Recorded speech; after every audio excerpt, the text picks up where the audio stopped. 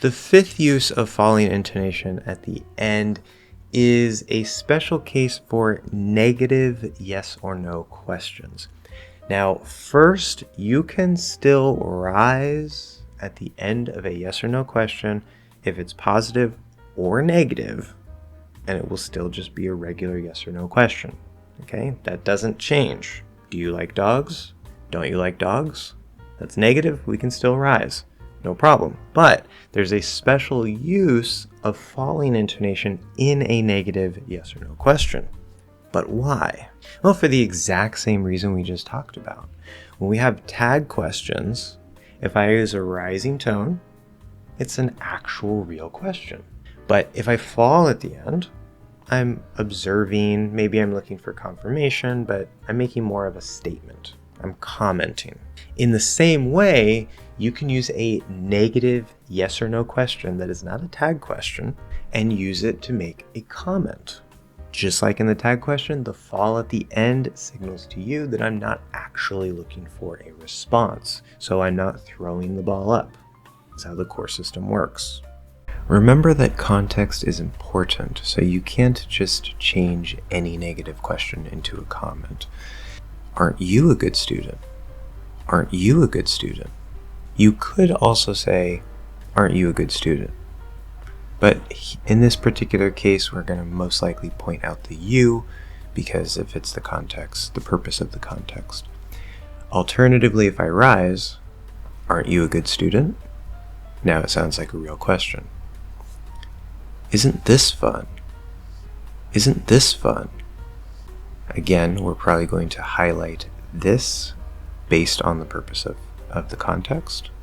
You could say, isn't this fun? Isn't this fun? With a rise, isn't this fun? But that would be a real question. Aren't the mountains beautiful? Aren't the mountains beautiful? Now here, we'd actually probably wouldn't highlight any particular word. Now I could say, aren't the mountains beautiful? That sounds more like a real question. Don't you two get along? Don't you two get along? Now this is a little bit of a special case. The context here is you see two people, maybe two friends or two siblings. You're just commenting on like, wow, they get along really well. They don't fight. They cooperate very well together. Again, you don't have to highlight you. You can say, don't you two get along? But you want to be very careful because in all of these, but especially this one, it's very easy to make it sound sarcastic if you have a little bit of the right emotional tone. Like, don't you two get along? So yeah, it sounds a little bit more sarcastic compared to, don't you two get along? Now, if it were a real question, don't you two get along? Don't that beat all? Don't that beat all? Now this is actually a set expression. It's a little bit dated, but it's still fine to use. It's sort of like saying like, well, what do you know? Like, who'd have thought that that would be true? Now if you turn this into a question, you say, don't that beat all? Because it's a set expression that uses falling intonation, it just sounds really, really weird. The sixth case where we use a falling intonation at the end is actually with exclamations. Now, you might be familiar with exclamations rising, and they do rise, or they at least start from a high point, but the very end needs to fall at least a little bit. The exact overall tone can change depending on the exact emotion and level of energy, but just some simple examples. Statement, I like it. Exclamation, I like it. Statement, I want to go to the beach. Exclamation, I want to go to the beach. Statement, that movie was awesome. Exclamation, that movie was awesome. Command, do it. Strong command, do it. Command, stop. Strong command, stop. Command, don't say that. Strong command, don't say that. This is the first example that we're going to see that actually is technically a mix between emotional intonation and structural intonation, because unfortunately we can't always separate them. We either need to rise very sharply, very quickly, and then fall at least a little bit, or you can look at it as starting from a high point, so it already is at a higher pitch that then falls at least a little bit from there. Either way, the point is that we have this higher intonation that then ends in a fall. That's the main idea, it ends in a fall. Now why? Because an exclamation isn't a question. I'm not seeking a response from you. So just because it's high or that it's going high doesn't mean that I'm passing the ball to you, because I'm coming down at the end, right? And that gives us that little feeling of completion, right? I'm not seeking a response from you, or I'm not trying to continue forward by passing you the ball. Now this actually makes sense when you also consider that we can have an exclamatory question. So an exclamation is really just like a regular sentence. It could be a statement or a question that works with the same type of structural ending, but it has this either sharp rise or higher point that it starts from. The seventh use of falling intonation, yeah, there's a lot of these guys, okay?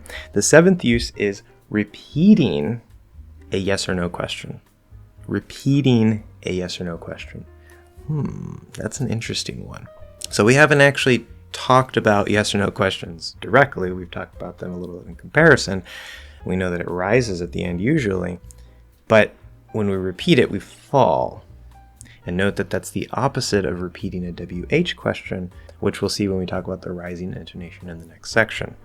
But right now, why do we fall when repeating a yes or no question? There has to be a reason, right? This is where my mind was kind of blown. So what happens if first I ask you a question? Do you like dogs? So what I'm doing there is I'm rising up, I pass the ball to you. Now what happens if you don't hear or you don't quite understand my question and you say, what, right? You want me to repeat it.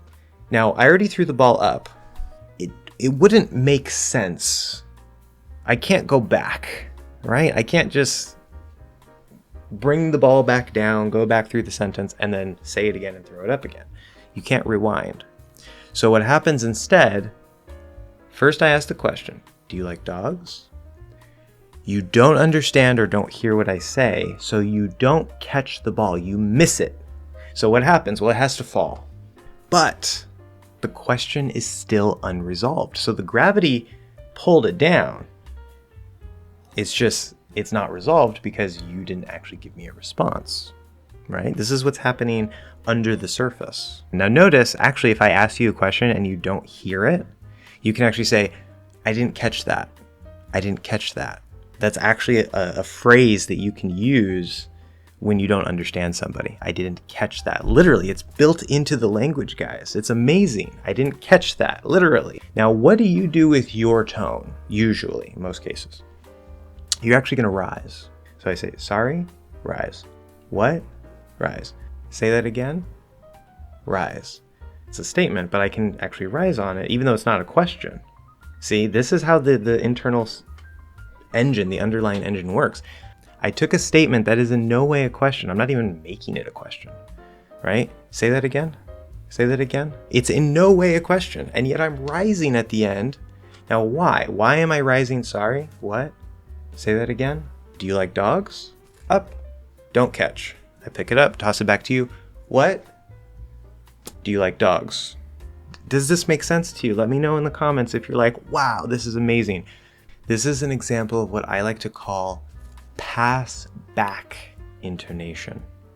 We're going to see some other examples that use pass back intonation a little later, but it's the same as the regular passing intonation, right? When we rise at the end of a yes or no question, I'm passing the ball to you, and if something goes wrong, right, there can be a pass back where it rises again back to the original speaker, right? For some reason, maybe I didn't hear you, for example. Now, is it possible to still rise when you repeat the question? Yes, right? Because that's the basic structure. But what we tend to do much more commonly is when we repeat that question, that yes or no question, we'll fall. There is an eighth use of falling intonation. What I like to call direct yes or no questions, or a better word, but not necessarily always the exact idea, an interrogation yes or no question. All right, so interrogation, there's a criminal, police catch the criminal, they're asking them lots of questions, right? That's an interrogation. What if I fall at the end and I have a sort of heavier, more serious tone? Okay, I think you robbed a bank, right? Or I'm not sure if you robbed the bank, right? And somebody took some money. So I ask you, right? Now, normally, right, I say, did you steal the money? Did you steal the money? Okay, that sounds maybe like I'm your friend who knew that you were going to rob the bank. I don't know if you stole the money yet or not. Maybe you were planning to, and I know you were planning to, but I don't know if you did it. Okay, so I'm asking you, it's an actual real question. Did you steal the money? Now, what if I'm the police, right? If I use that rising tone, it sounds too light. Because remember, depending on the context, rising can have an emotional effect of making it lighter or more positive. And in this type of context where the police are questioning someone like a suspect, they don't want to use a tone that sounds like that, right? Maybe depending on how they're interrogating them, they want to seem friendly or something, but usually it's going to be very direct, right? Remember, command, direct, okay? It's probably going to be very serious. It's going to be very heavy, like, hey, this is a crime, right? I'm the police. I'm questioning you for a possible crime that's very serious. That's the context. So instead of saying, did you steal the money? Right? It's like, I want to know, hey, did you steal it? I don't know. Tell me. Instead, I say, did you steal the money? Did you steal the money? Even if I don't try to make it very serious, I just say, did you steal the money? Did you steal the money? Did you steal the money? It, by default, will sound more serious, more heavy. It'll sound like more of a direct question. Now, of course, remember, the context is important. So you might be asking, well, how do I know if, somebody is commenting or if they're, being serious and directly questioning me? Context is really, really important for a lot of these effects that we can get. Now, alternatively, because this feels so serious and heavy, instead of it being a structural fall, you can look at it as an emotional fall, right? Where that's what makes it feel heavy and serious. So that sort of switches where it would normally rise, it actually drags it down. The emotion sort of drags it down. And again, this is a special case based on a specific context, but that's another way that you can think about it. Now, there actually is a connection under the surface in the subconscious mind where when, like, let's say a police officer, it could even just be a regular person, whether it's rising at the end or not. But let's say I'm asking you a bunch of questions, okay? Especially if it's on a particular point, like I'm really trying to find some information. Maybe you don't want to give me that information, okay? We can call that pressuring, especially if it's in the police context, right? So we say the police are pressuring the suspect. So they're putting pressure on them, right? They're pushing down. They're asking all these direct questions with a serious tone, right? Because maybe a crime happened and I think maybe you did it and I want to know, or whatever. So pressuring, right? That's a term, a concept in the subconscious mind that's related to this situation. So that's another reason that makes sense why we would use a falling intonation, right? Of course, this also links to the logic of prepositions with a downward force, downward intonation, okay? The logic of how the preposition down works. It's all tied in the subconscious mind here. Case number 9. In a yes or no guessing game. Now, this is getting a little bit oddly specific, but I want to give you guys, a good range of examples to show how this system works so that you have a really good reference and starting point for improving your own intonation. So, for example, we're playing some sort of game, right? And you have to guess the thing. So maybe I pick an item in the room, the closet. And so you're looking around the room, right? And you're trying to guess. Is it the door? No. Is it the fan? No. Is it the window?